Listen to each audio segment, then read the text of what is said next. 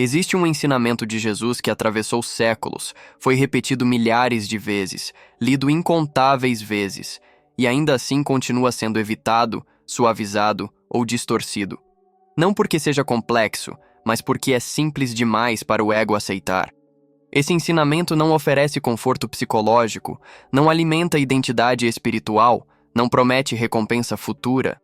Ele desmonta, silenciosamente, tudo aquilo em que a mente se apoia para se sentir segura. A maioria das pessoas acredita conhecer Jesus.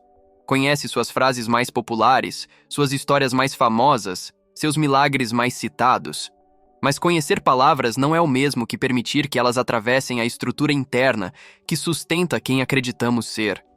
E é exatamente aí que começa a resistência. O ensinamento que a maioria prefere ignorar não fala sobre religião, moral ou comportamento externo. Ele fala sobre identidade, sobre o fim da construção mental que chamamos de eu, sobre a queda da imagem que defendemos, do personagem que sustentamos, da história que contamos a nós mesmos para dar sentido à vida. Quando Jesus diz que quem quiser segui-lo precisa negar a si mesmo, a mente imediatamente cria interpretações defensivas. Alguns entendem como sacrifício moral, outros como repressão dos desejos, outros ainda como obediência religiosa. Mas todas essas leituras têm algo em comum. Elas desviam do ponto central. Porque negar a si mesmo, no sentido profundo, não é negar a vida, é negar a falsa identidade que se apropriou dela. Esse ensinamento incomoda porque não pode ser usado para se sentir especial. Não cria grupos, não separa os certos dos errados. Ele não oferece superioridade espiritual. Pelo contrário, ele dissolve qualquer tentativa de se colocar acima. E é por isso que ele foi, ao longo da história, cuidadosamente contornado. A mente humana busca constantemente segurança. Ela cria histórias para explicar o passado, expectativas para controlar o futuro e identidades para se sentir alguém no presente. Tudo isso forma o que chamamos de ego, não como algo moralmente errado, mas como um mecanismo de sobrevivência psicológica. O problema é que esse mecanismo, quando não é visto, passa a governar toda a experiência da vida. O ensinamento que a maioria ignora aponta diretamente para isso. Ele diz, em essência, que enquanto a vida for vivida a partir dessa construção, haverá medo, conflito, comparação, sofrimento e busca incessante por validação. Não importa quanta espiritualidade se adicione por cima, o centro permanece o mesmo. Por isso, ao longo do tempo, esse ensinamento foi reinterpretado de formas mais aceitáveis. Foi transformado em regra moral, em sacrifício externo, em culpa ou em promessa de recompensa após a morte. Tudo isso para evitar o impacto real da mensagem. O problema não está no mundo, mas na forma como o eu se coloca no centro de tudo. Quando Jesus falava, ele não estava tentando criar seguidores. Ele estava tentando provocar uma ruptura interna, uma ruptura silenciosa, mas radical. Não contra a sociedade, mas contra a identificação cega com a imagem mental de quem somos.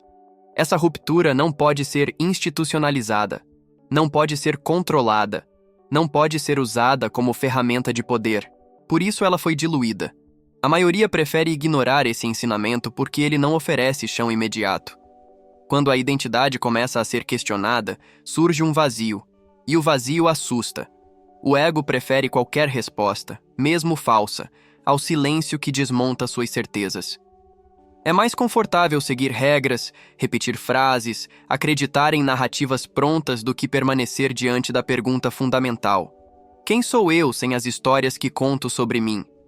Esse é o ponto onde muitos recuam. Não por falta de fé, mas por excesso de apego à identidade. Porque esse ensinamento não pede que você acredite em algo novo. Ele pede que você veja através do que sempre acreditou ser você.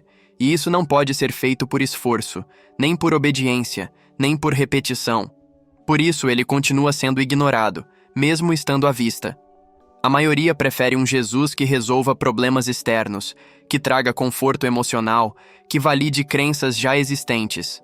Poucos estão dispostos a encarar um ensinamento que não reforça o eu, mas o coloca em xeque. Um ensinamento que não promete melhora da imagem pessoal, mas o fim da necessidade de sustentá-la.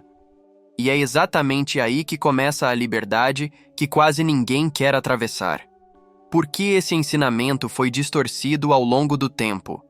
Quando um ensinamento atravessa séculos sem perder força, não é porque foi plenamente compreendido, mas porque continua tocando um ponto sensível da experiência humana. O ensinamento de Jesus, que a maioria prefere ignorar, não foi apagado. Ele foi reembalado. Tornou-se aceitável, institucionalizável, controlável. E isso não aconteceu por acaso. Desde cedo, a mensagem original começou a ser adaptada para caber em estruturas sociais, políticas e psicológicas que não poderiam sobreviver se o conteúdo fosse levado até o fim. Porque um ensinamento que aponta para a dissolução da identidade não pode sustentar hierarquias rígidas, sistemas de poder ou autoridades absolutas. Ele não cria dependência. Ele cria liberdade. E liberdade real sempre ameaça estruturas baseadas no controle. Ao longo do tempo, negar a si mesmo deixou de significar observar o eu psicológico e passou a significar obedecer regras externas. O foco saiu da consciência e foi deslocado para o comportamento. Isso é um movimento típico da mente coletiva. Transformar um chamado interno em um código externo. Assim, o ensinamento deixa de provocar ruptura e passa a gerar conformidade. Quando o ensinamento é vivido internamente, ele não pode ser fiscalizado, não pode ser medido, não pode ser usado para definir quem está certo ou errado. Isso é profundamente desconfortável para qualquer sistema que precise de critérios visíveis para se manter. Por isso, a mensagem foi sendo suavizada, moralizada, enquadrada. A negação do eu virou sacrifício pessoal, virou sofrimento valorizado, virou culpa redentora, virou promessa futura. Tudo isso são formas de desviar do ponto essencial, a identificação com o ego como centro da experiência. Porque enquanto a pessoa acredita que o problema está em se comportar melhor, ela não olha para a estrutura interna que gera o comportamento. Esse processo de distorção não aconteceu apenas nas instituições religiosas. Ele também aparece na psicologia moderna e até nos movimentos espirituais contemporâneos. Sempre que o ensinamento ameaça a identidade, surge uma interpretação que o torna mais confortável.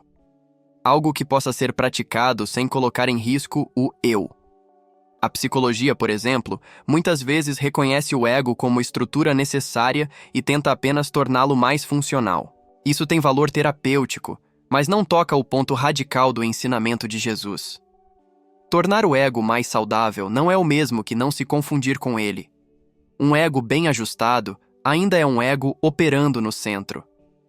A espiritualidade moderna, por sua vez, frequentemente transforma o ensinamento em narrativa de evolução pessoal.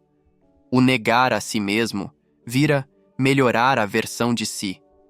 Crescer, evoluir, manifestar, vibrar mais alto. Tudo isso mantém a identidade como projeto. E enquanto há um projeto de eu melhor, o ensinamento essencial continua intocado. O ego não se opõe frontalmente a esse ensinamento. Ele é mais inteligente do que isso. Ele o absorve, o adapta, o transforma em algo que possa ser usado para se fortalecer. Assim, a pessoa pode falar de consciência, de amor, de verdade, enquanto continua profundamente identificada com a imagem que construiu. Ao longo da história, poucas figuras realmente viveram esse ensinamento de forma direta, e quando viveram, foram vistas como ameaça. Não porque eram violentas ou rebeldes, mas porque não podiam ser controladas. Quem não se apoia na identidade não reage como esperado. Não pode ser facilmente manipulado por medo, culpa ou promessa. Esse é outro motivo pelo qual o ensinamento foi suavizado. Uma sociedade inteira não pode funcionar se indivíduos deixam de se definir por papéis fixos, status, rótulos e imagens. A dissolução do eu não é algo que se promove em massa. Ela acontece individualmente, silenciosamente, quase invisível.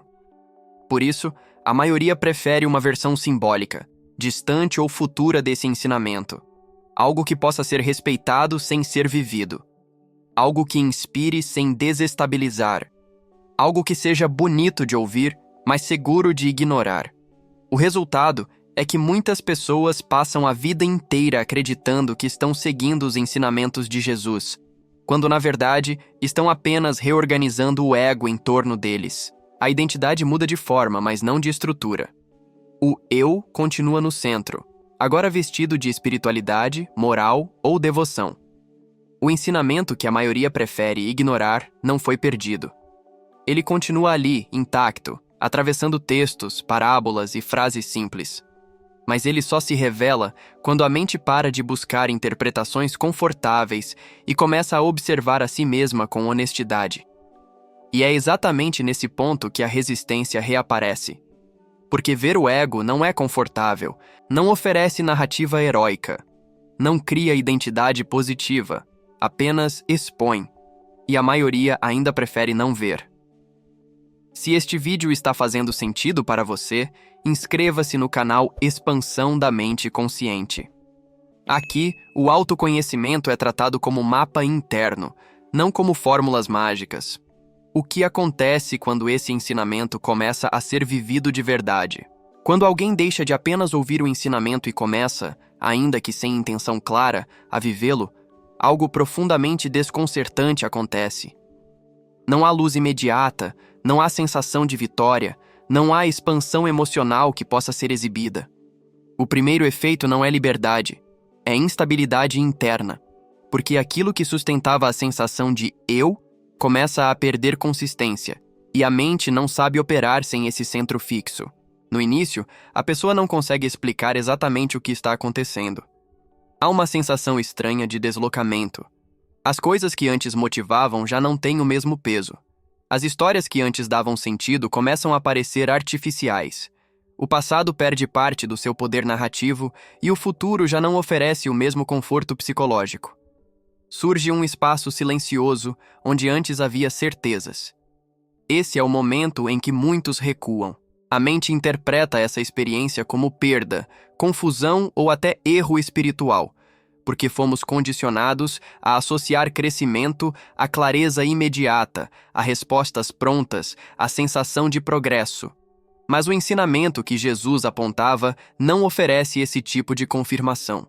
Ele desmonta antes de reorganizar. Ele esvazia antes de revelar. Quando o eu começa a ser visto como construção, não como essência, a mente tenta rapidamente criar um novo ponto de apoio. Surge a tentação de se identificar com o próprio processo. Eu estou passando por algo profundo. Eu estou despertando. Eu sou diferente agora. Essa tentativa é compreensível. O ego não desaparece de uma vez. Ele se move para onde encontra espaço. Mas esse movimento já não é tão sólido quanto antes. Algo foi visto. Algo foi percebido. E uma vez visto, não pode ser completamente esquecido. É nesse estágio que aparece o medo mais sutil de todos. O medo de não ser nada. Não no sentido nihilista, mas no sentido psicológico. Quem sou eu se não sou minha história, meus pensamentos, minhas crenças, meus papéis, minhas feridas, minhas conquistas? Quem sou eu se não posso mais me apoiar nessas referências internas? A mente não encontra resposta, e isso gera ansiedade. Não uma ansiedade explosiva, mas uma inquietação silenciosa. Um desconforto difuso, a sensação de estar entre mundos. O velho já não convence, o novo ainda não se formou. Esse intervalo é o que poucos falam, porque ele não é bonito, não é inspirador e não rende frases de efeito, mas ele é essencial. É nesse espaço que o ensinamento começa a deixar de ser conceito e se tornar experiência direta. Nesse período, muitas pessoas sentem vontade de preencher o vazio rapidamente. Buscam novos mestres, novas teorias, novos sistemas explicativos.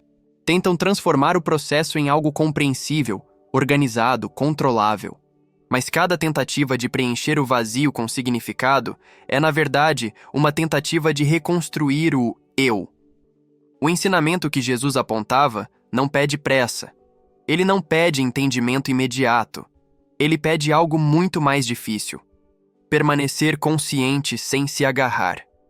Permanecer consciente do medo sem fugir dele. Consciente da confusão sem transformá-la em narrativa. Consciente da perda de referências sem criar novas identidades.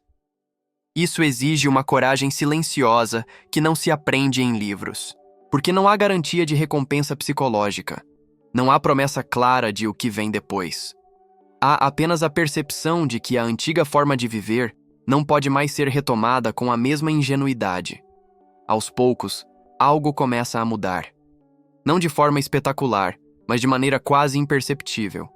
A pessoa percebe que reage menos automaticamente, que observa pensamentos surgirem sem a mesma urgência de segui-los, que emoções aparecem e passam sem a necessidade imediata de justificá-las, que conflitos internos já não pedem resolução imediata. Esse é um ponto crucial. A vida interna deixa de ser um problema a ser resolvido e começa a ser um movimento a ser observado. Isso não significa apatia, significa presença sem identificação. A maioria das pessoas vive como se estivesse dentro da própria mente, confundindo pensamentos com realidade, emoções com identidade, histórias com verdade. Quando o ensinamento começa a ser vivido, ocorre uma mudança de perspectiva. A pessoa não sai da mente, ela deixa de se confundir com ela. Essa mudança não traz imediatamente felicidade, mas traz algo mais fundamental: espaço interno. Espaço para sentir sem ser dominado. Espaço para pensar sem ser arrastado. Espaço para viver sem interpretar tudo como pessoal. Esse espaço é frequentemente confundido com indiferença, mas não é. Pelo contrário, quando a identidade relaxa, a sensibilidade aumenta. A pessoa sente mais, percebe mais, escuta mais, mas sente sem o peso do "isso sou eu". Nesse estágio, o ensinamento de Jesus começa a se revelar não como exigência moral, mas como descrição precisa do funcionamento da mente. Negar a si mesmo não é se violentar, não é se anular, não é se punir. É não alimentar continuamente a ficção psicológica do eu como centro absoluto da experiência. Com o tempo, a vida externa começa a refletir essa mudança. As relações se tornam menos dramáticas. Os conflitos não desaparecem, mas perdem carga pessoal. A necessidade de provar algo diminui. A comparação perde força. A opinião dos outros deixa de definir o valor interno com a mesma intensidade. Nada disso acontece porque alguém se tornou melhor. Acontece porque o centro rígido que sustentava a luta começou a dissolver. Esse é um ponto importante. O ensinamento não cria uma pessoa superior, mais calma ou mais sábia no sentido convencional. Ele cria alguém menos preso à própria imagem, menos preso às expectativas, menos preso ao medo de perder algo que nunca foi realmente possuído. É aqui que muitos se frustram, porque esperavam uma transformação visível, uma identidade espiritual clara, um estado permanente de paz. Mas o que surge é mais simples e mais radical, a vida como ela é, sem a necessidade constante de ser interpretada a partir do eu. O sofrimento não desaparece completamente, mas muda de natureza. Ele já não é alimentado pela resistência constante ao que é. Ele surge, é sentido e passa. Não se acumula em histórias intermináveis. Não se transforma em identidade. Esse modo de viver não pode ser exibido, não pode ser ensinado como técnica, não pode ser reproduzido por imitação. Ele surge naturalmente quando a mente para de se colocar no centro de tudo. E é por isso que esse ensinamento continua sendo ignorado, porque ele não oferece nada que o ego possa usar. Não oferece status espiritual, não oferece certeza, não oferece pertencimento a um grupo especial. Ele oferece apenas a liberdade silenciosa de não precisar sustentar uma imagem o tempo todo. Poucos querem isso. Não porque seja ruim, mas porque exige abrir mão do controle psicológico. Exige confiar na vida sem intermediários mentais. Exige atravessar o vazio sem garantias. Mas para aqueles que permanecem, algo se torna claro. A vida nunca exigiu que fôssemos alguém específico. Foi o ego que criou essa exigência. E quando essa exigência cai, a vida continua. Mais simples, mais direta, mais viva. Esse é o ensinamento que não pode ser institucionalizado. Não pode ser comercializado. Não pode ser prometido. Ele só pode ser vivido. E é exatamente por isso que a maioria prefere ignorá-lo. Quando esse ensinamento desce para a vida real, depois que o ensinamento começa a ser vivido internamente, depois que o eu perde rigidez e a mente já não ocupa o centro absoluto da experiência, surge a pergunta mais concreta de todas: como isso se manifesta na vida real? Porque se esse ensinamento não toca as relações, o trabalho, as escolhas diárias e a forma de lidar com o mundo, ele permanece incompleto. É aqui que muitos se confundem, porque esperam que a vivência desse ensinamento transforme a vida em algo tranquilo, harmônico e sem conflitos. Mas o que acontece é diferente. A vida continua acontecendo com seus desafios, perdas, decisões difíceis e momentos de tensão. A diferença não está no que acontece, mas no lugar interno a partir do qual se vive o que acontece. Quando a identidade deixa de ser o centro, as situações não precisam mais ser interpretadas como ataques ou confirmações do eu. Um conflito deixa de ser prova de desvalor pessoal, uma perda deixa de ser um colapso da identidade, uma crítica deixa de ser uma ameaça existencial. Tudo continua sendo sentido, mas já não precisa ser defendido. No cotidiano, isso aparece primeiro nas pequenas coisas. A pessoa percebe que não reage imediatamente, que há um intervalo entre o estímulo e a resposta, que nem todo pensamento precisa ser seguido, que nem toda emoção precisa ser explicada. Esse intervalo é o espaço onde a liberdade começa a se manifestar de forma prática. Nas relações, esse ensinamento muda tudo, e ao mesmo tempo, não muda nada externamente. As pessoas ao redor continuam sendo quem são. Os padrões continuam aparecendo. Mas a necessidade de mudar o outro para se sentir bem diminui. A pessoa começa a escutar mais do que responder, a observar mais do que interpretar, a colocar limites sem culpa e sem agressividade. Isso é importante. Negar a si mesmo não significa se tornar passivo, submisso ou indiferente. Pelo contrário, quando o ego perde centralidade, a clareza aumenta. O não surge com mais honestidade. O sim deixa de ser automático. As decisões passam a ser tomadas a partir da realidade do momento, não da necessidade de proteger uma imagem interna. No trabalho, algo semelhante acontece. A identidade profissional deixa de ser o principal sustentáculo do valor pessoal. O sucesso já não define quem se é. O fracasso já não destrói. Isso não leva à mediocridade, como alguns temem. Muitas vezes leva ao oposto. Ações mais claras, menos contaminadas por medo, comparação ou necessidade de aprovação. Quando a mente não está ocupada defendendo constantemente o eu, ela se torna mais eficiente, mais atenta, mais criativa. Mas essa criatividade não nasce da ambição de se destacar, e sim da presença real no que está sendo feito. Um dos pontos mais delicados é perceber que esse ensinamento não cria uma personalidade espiritual ideal. A pessoa continua tendo dias difíceis, continua sentindo tristeza, irritação, cansaço, frustração. A diferença é que essas experiências já não precisam ser transformadas em identidade. Não viram "eu sou assim", não viram "isso sempre acontece comigo", não viram narrativa fixa. Isso é profundamente libertador, mas também exige maturidade, porque sem a narrativa não há drama que sustente o ego. E o ego gosta de drama. Gosta de histórias, gosta de se sentir alguém em um enredo significativo. Quando isso cai, a vida se torna mais simples, e essa simplicidade pode ser estranhada no início. Muitos confundem essa simplicidade com perda de sentido. Mas o que se perde não é o sentido da vida, e sim o excesso de significado projetado pelo eu. A vida não precisa mais justificar quem você é. Ela simplesmente acontece. No campo espiritual, esse é o ponto em que a espiritualidade deixa de ser central. Não porque foi abandonada, mas porque se tornou desnecessária como identidade.